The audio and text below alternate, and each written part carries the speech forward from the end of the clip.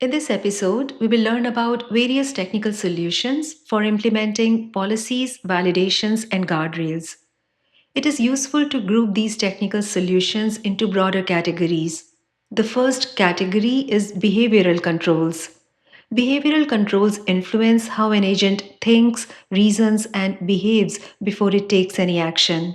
Think of behavioral controls as policies and instructions that we give to a new employee. These policies influence how decisions are made and reduce the likelihood of undesirable behavior. The first control is to use LLM for classification. LLMs can be used to classify the intent, risk, policy compliance, and uncertainty across the entire life cycle of AI workflow. A common application is prompt injection detection, where the model identifies attempts to manipulate instructions or bypass the safeguards.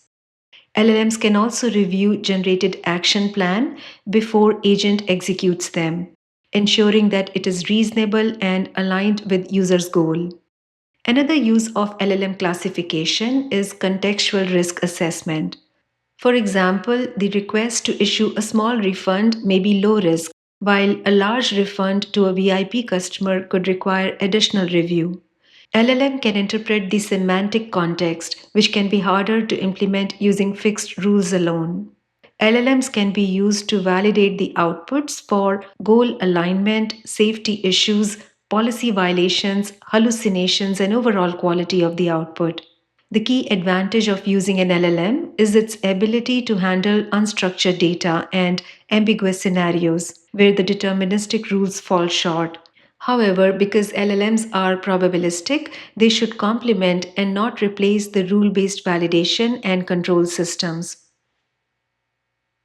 Creating well designed prompts can be simplest guardrails that you can implement. LLM based guardrails that we just saw are powered by prompts, so the quality of the prompts directly impacts the accuracy, consistency, and reliability of these guardrails. A common mistake is to ask vague questions such as, "Is this safe?" or "Does this violate the policy?" Although simple, these prompts leave too much room for interpretation. Different models may produce different answers, and even the same model may respond inconsistently depending upon the context. Instead, effective guardrail prompts are highly structured. They clearly define the objective, specify the rules or evaluation criteria, provide necessary context, define expected output format, and include examples. The more explicit we are, the more predictable the guardrail becomes. In the example on the right, the prompt clearly establishes the role of the model as a guardrail evaluator. It defines exactly what kind of violations to look for. For example, it says hate, harassment, or violence, illegal or dangerous activities, personal data exposure.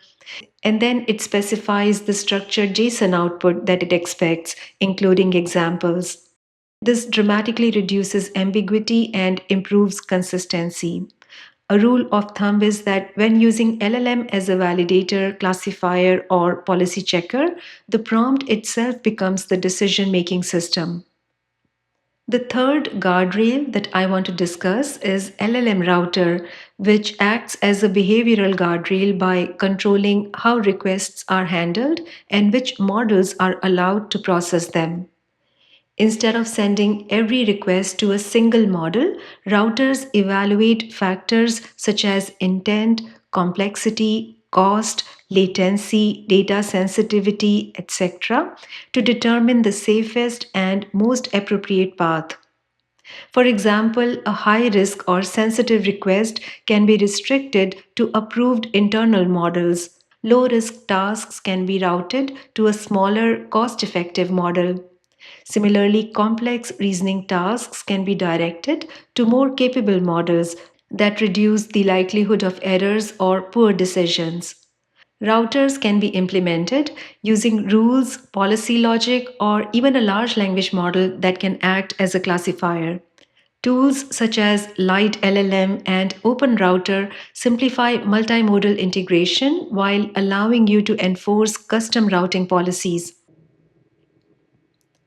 The next category of controls is validation controls that focus on verifying that data, actions, and decisions are correct before agent proceeds. While behavioral controls guide behavior, validation controls check data.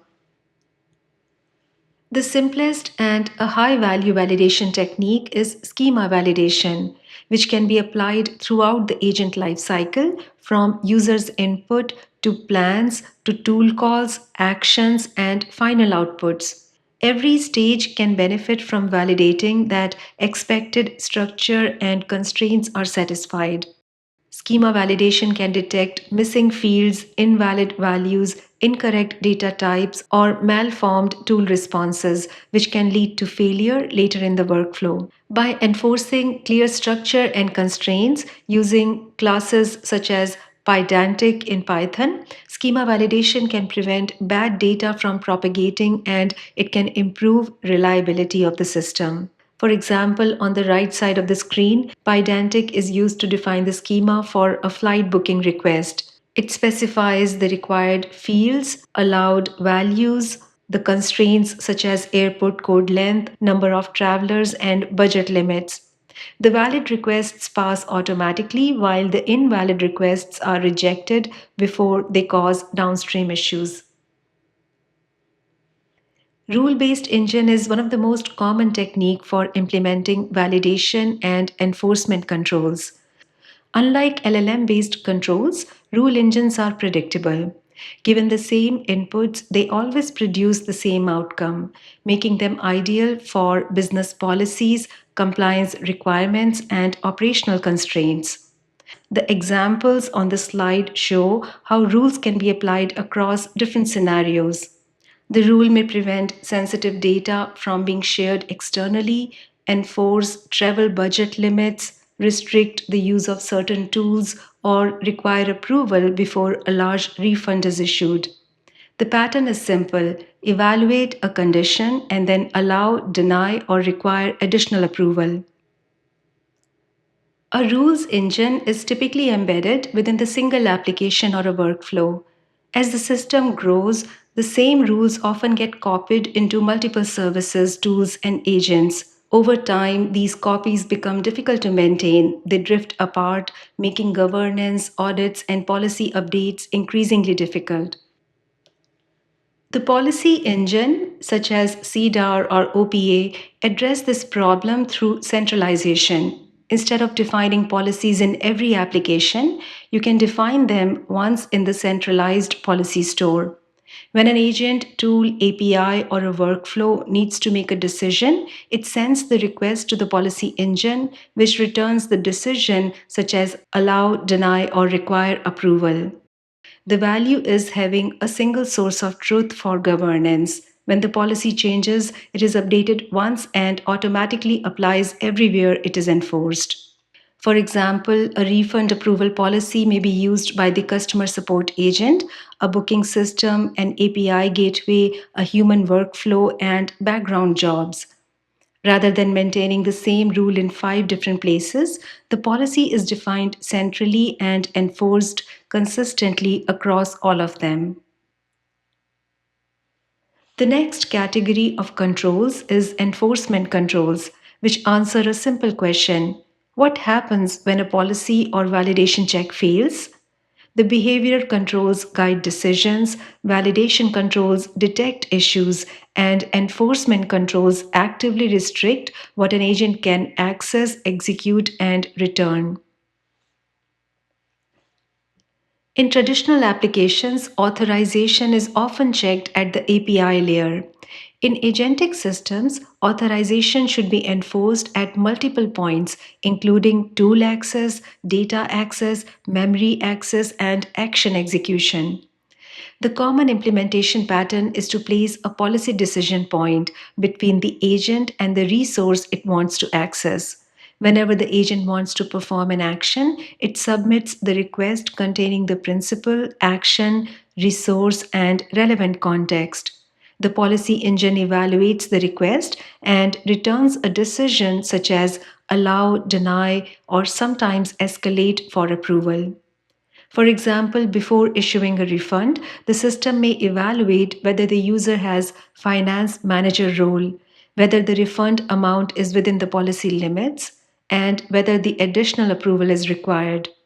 The agent never makes the authorization decision itself, it asks the policy engine.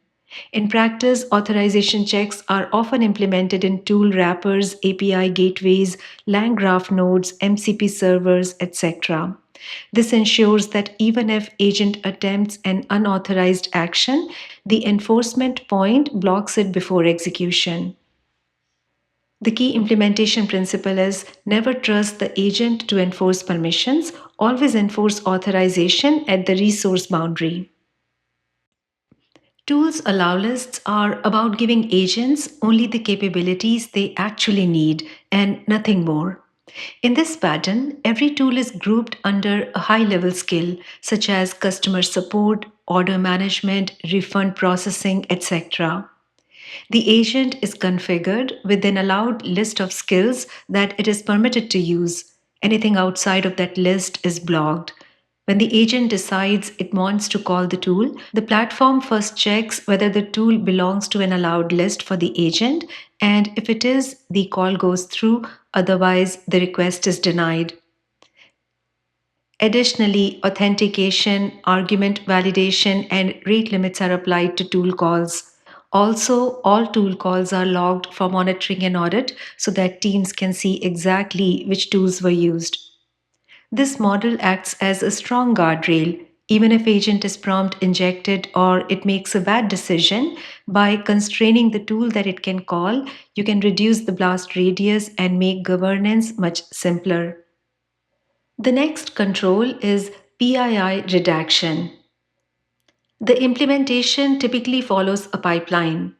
First, we redact PII using a combination of techniques. Structured information such as emails, phone numbers, SSNs, and credit card numbers can often be detected using regular expression.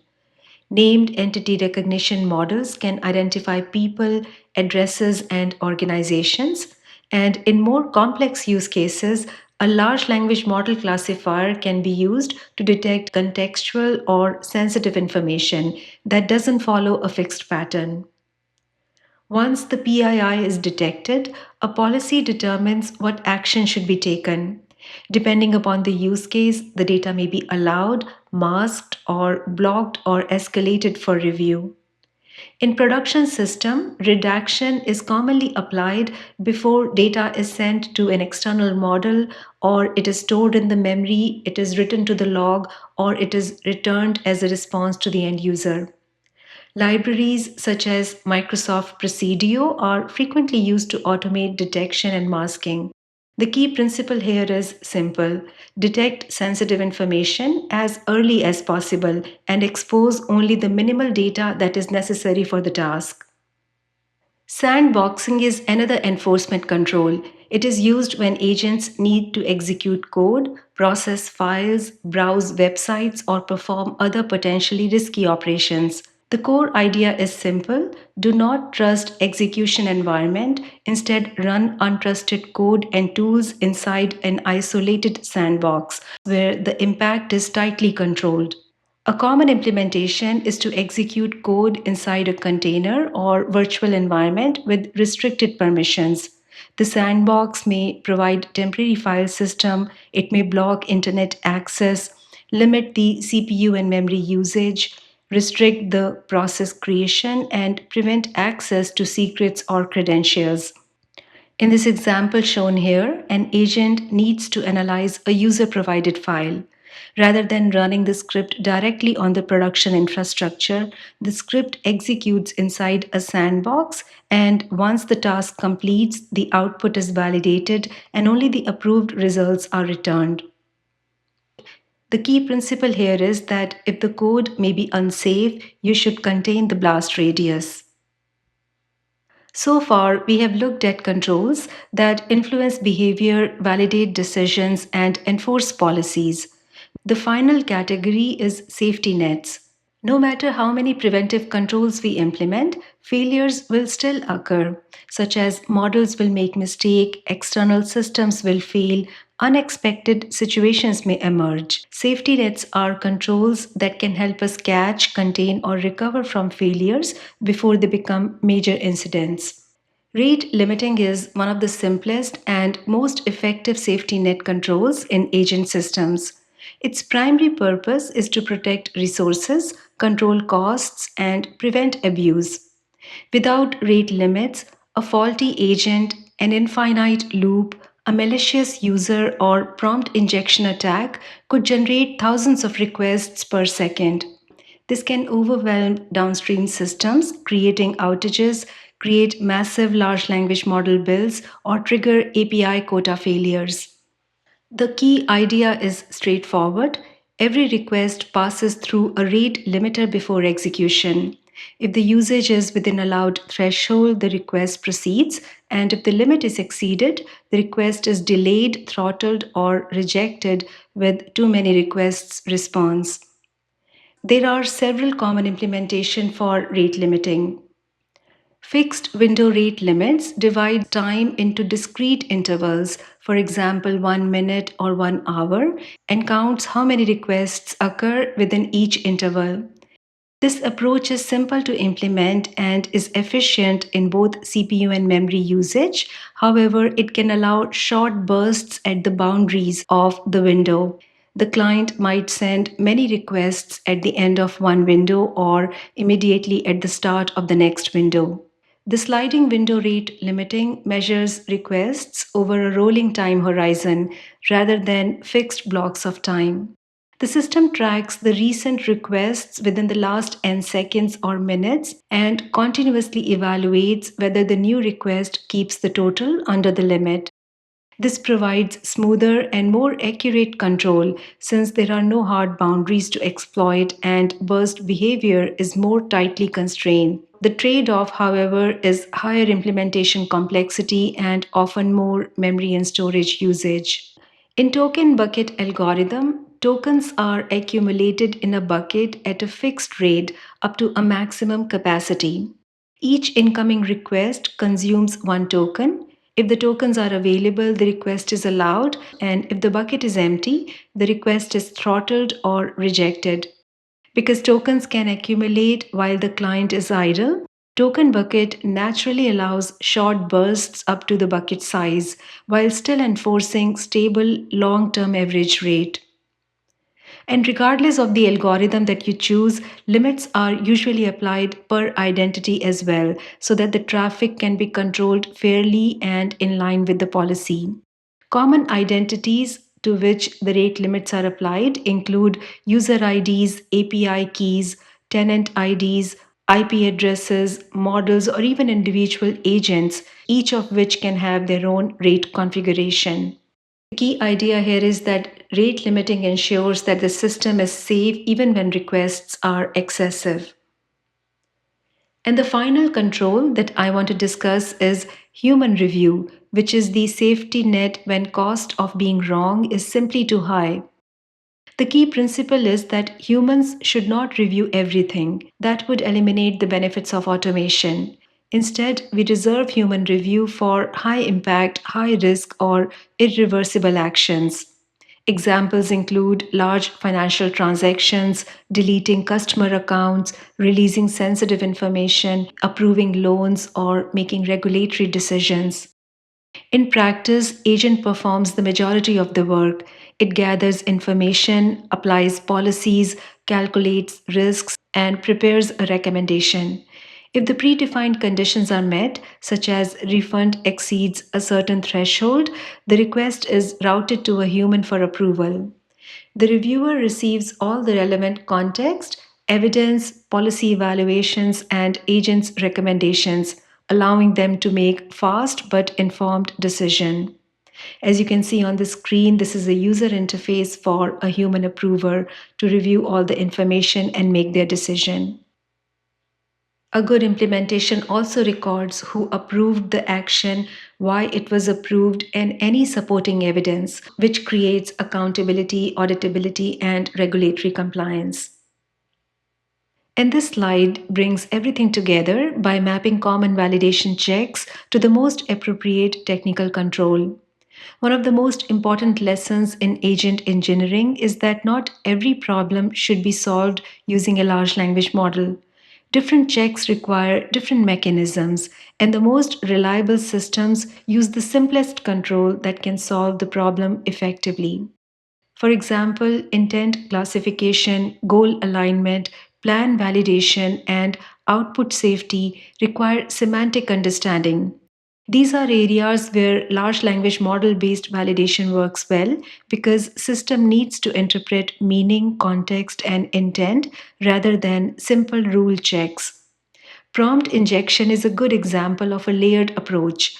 Pure rules are not flexible enough, while pure large language model detection can be inconsistent. In practice, best solution combines pattern matching, rules, and LLM judgment. For structured data validation, schema validation is usually the preferred solution.